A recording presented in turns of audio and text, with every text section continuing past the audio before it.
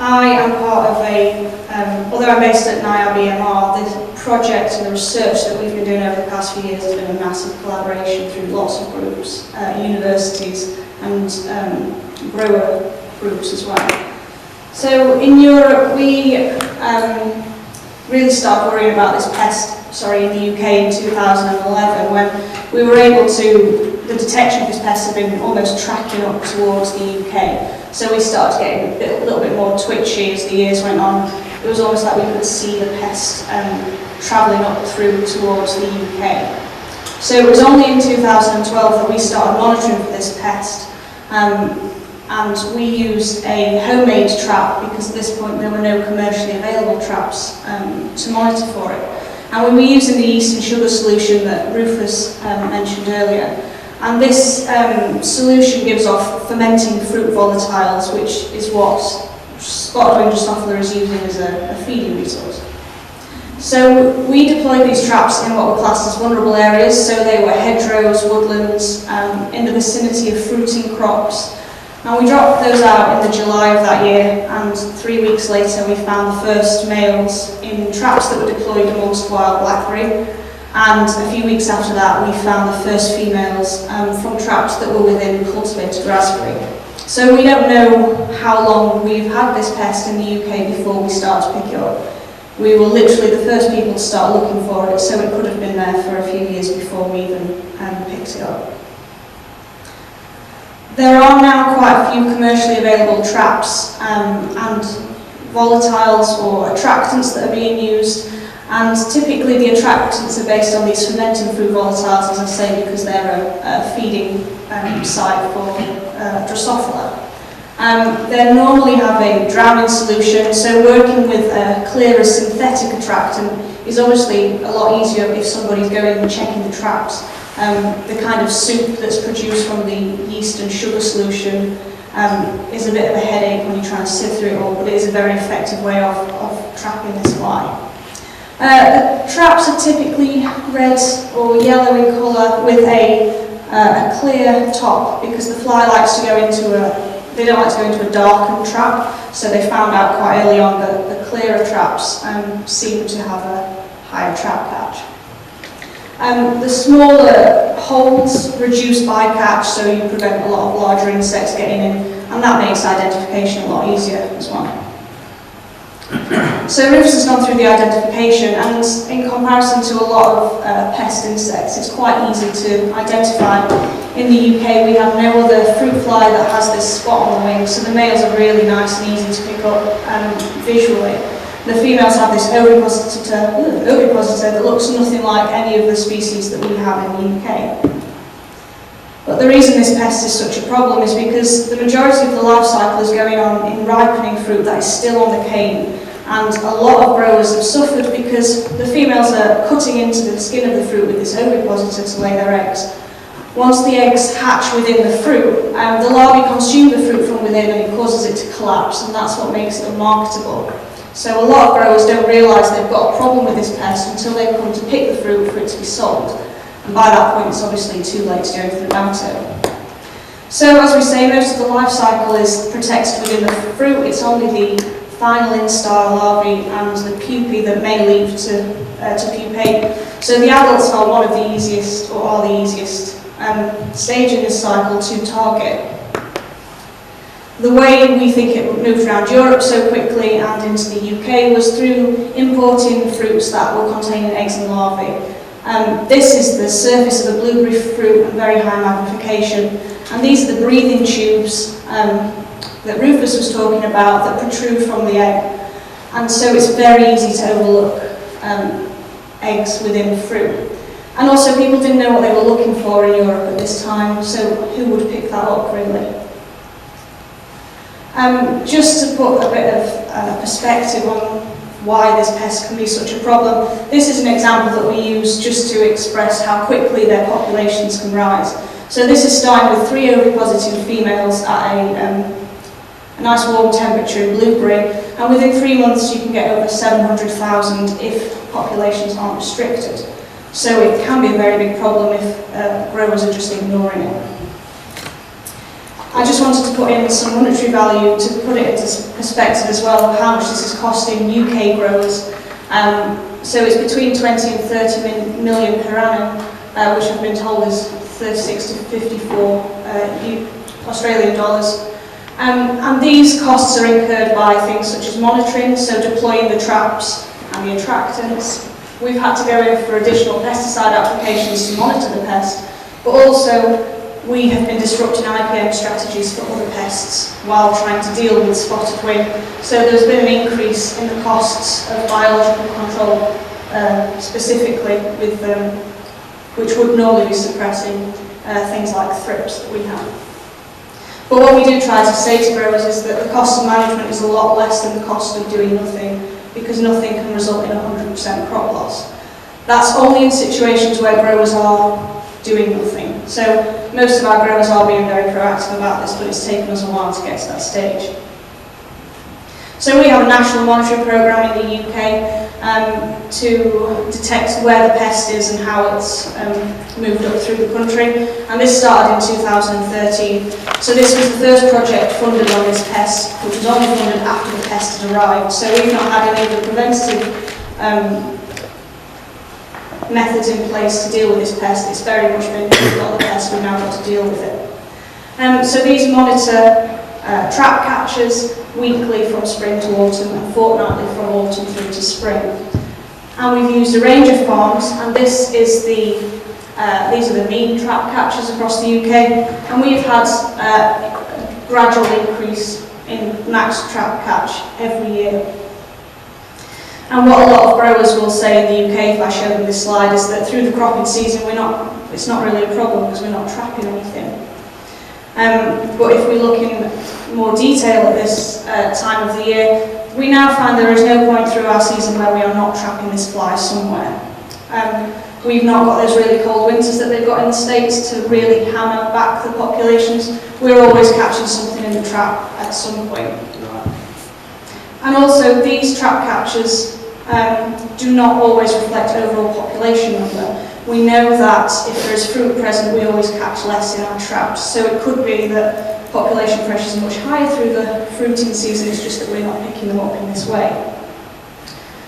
Also, we monitor crops and wild habitats, and we have consistently found more flies in our traps that are deployed in the wild areas than we have in the cropping areas. The cropping areas are those in purple and the wild are the ones in green. And you might notice that in 2015 and 2017 we have really high trap catches, and these are in our autumn period, these are going into the beginning of winter. And these 2 years correlate with higher than average temperatures at these times. So the warmer they are at this time, the more likely the flies to be active and therefore more likely to be picked up in a monitoring trap. We also think that these lower trap catches in the crops are to do with competition between the fruit, but also we are applying pesticides in cropping situations which will be having an effect on population and therefore trap catch. We then go on to looking at where the risks are on individual farms for this pest. And this is just a visualisation of a typical fruit farm around where I am based. Most, if not all, of our soft fruit is grown under protection, and we also have cherries that are grown under tunnels as well. Most sites have some form of woodland or hedgerow, either in or around the sites. So for us, we have a lot of wild habitats that are providing hosts for this species. So as part of this project, we look at trap catches, but we also look at the phenology of the crop when things are happening, such as ripening, harvesting. And we combine that with larval extraction, which Rufus told you the method for earlier. But we also look at adult emergence, so this is where we hold samples of fruit in a ventilated box and let the eggs and larvae naturally develop and emerge so we can identify those to species. And this is just to visualise how growers have been misled in the past by trying to deploy control methods based on trap catches alone. So these are the trap catches in a cherry orchard, which is in red, and woodland in green. But this trend, once I go through it, this trend is seen in other crops as well. I'll just use the cherry as an example. So if you were a cherry grower and these were the trap catches you were getting, you probably wouldn't put a spray on until around the 7th of August. But if we look at the crop phenology and the larval extractions that we've been doing, we actually found the first larvae in this crop when the fruit was at the pink-white stage, so it's just starting to turn colour. This was when we actually found the first individual adults in that cherry orchard. And by the end of the cherry harvest, we were finding loads of larvae in the fruit that were bright, deep red on the crop. And also, we were finding larvae throughout this period in the fruit samples. A week after the harvest, all the covers are removed from our tunnels. And then a week after that, there's no cherries left either on the ground or on the trees, and that's because the birds have come in and picked up all those waste fruit. It's only after all that fruit's gone that we catch this massive amount in the traps. So it's only once the fruit competition has been removed that we actually pick up more in the fruit in the traps in this orchard. And we find this in the wild habitats as well. Once the wild blackberries have gone, a few weeks after, we get this trap catch spike as well. So it's really important to stress to growers that you can't solely rely on monitoring traps for this pest. The larval extraction methods is a really good way of seeing what's actually going on in the crop. It's also really useful to know what's happening in the local vicinity. If you know when wild hosts are either flowering or fruiting, you can kind of get an idea of where might be vulnerable on your sites, almost as them using it as like a leapfrogging from crop to crop. And to go on about hygiene, we use the birds to go in and clear up all the waste fruit in this orchard. But I'd just like to talk a bit about hygiene and why it's so important. So typically in the UK, growers would leave unmarketable fruit on a crop because they're not going to spend the time picking it if it's not going to make them any money. But the reason that a lot of our fruit now appears unmarketable on crops is because it contains spotted wing. So some of the growers, and I noticed this was a very similar system from the farm that we visited this morning, they'll send the pickers through fruit to get off the commercial fruit, and then they'll go back through and pick off the unmarketable fruit, so they're removing it from the cropping sites. And this is just to put into perspective and to hammer home why we shouldn't be leaving unmarketable fruit in the crop, is that the unmarketable fruit probably contains the eggs. Once the fruit drops to the ground, the larvae develop and the fruit starts to decompose. And it's this decomposing fruit that is a feeding site for spotted wing and other Drosophila that may be in the vicinity. At this point, you've got underripe fruit coming through on the canes again, just timed perfectly for the next generation to emerge to start the cycle all over again. So it's really important to remove that element of reinfestation if possible. We did quite a bit of work looking at waste management because obviously at this point growers then had loads of fruit that they couldn't do anything with, and we came up with a system where they were putting fruit into anaerobic conditions, either sealed in bins or pallet bins. We have dough bins in the UK, with a valve on it to build up CO2 and deplete the oxygen. And within the soft fruit, we destroyed all eggs and larvae within 3 days, which is quite rapid. At temperatures between 12 and 20 degrees. In stone fruit, it takes about 7 days for this to happen, and we think that's because there's more air pockets within the fruit itself. Once that fruit's been sterilised, it's still attractive and can be used as an open-position site. So we've also been looking at ways to dispose it. One grower incorporates it into bare soil that she has on the site and tills it into the soil. Some growers have been trying to send it for the biodigestion systems, and some growers are using it in silage, and then we've got people that send it to pig farms as well afterwards. There's a very wide host range which Rufus has talked on, and the problem we have in the UK is there's a very small window where we have no host fruit available for this fly. So a lot of our growers were saying, well, I'll just rip out the blackberries that are on the edge of the farm, or I'll just remove all the elderberry. But these are fantastic sites for natural enemies of fruit pests, so we really don't encourage that. There's also dead end hosts, which are fruits that the fly will lay eggs in but then don't develop through. So it's also really useful to know if there are any of these in your local vicinity, and obviously this will change depending on region.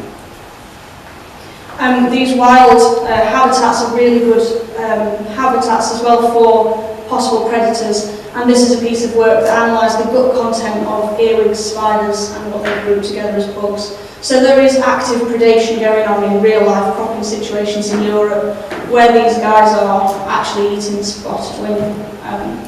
So it's really great to encourage those by having these habitats in the vicinity. We've also been looking at the parasitic wasp situation in the UK, and like Rufus says, these are all occurring in these wild habitats because they're really sensitive to protection products. Crop management is a very effective way of controlling them.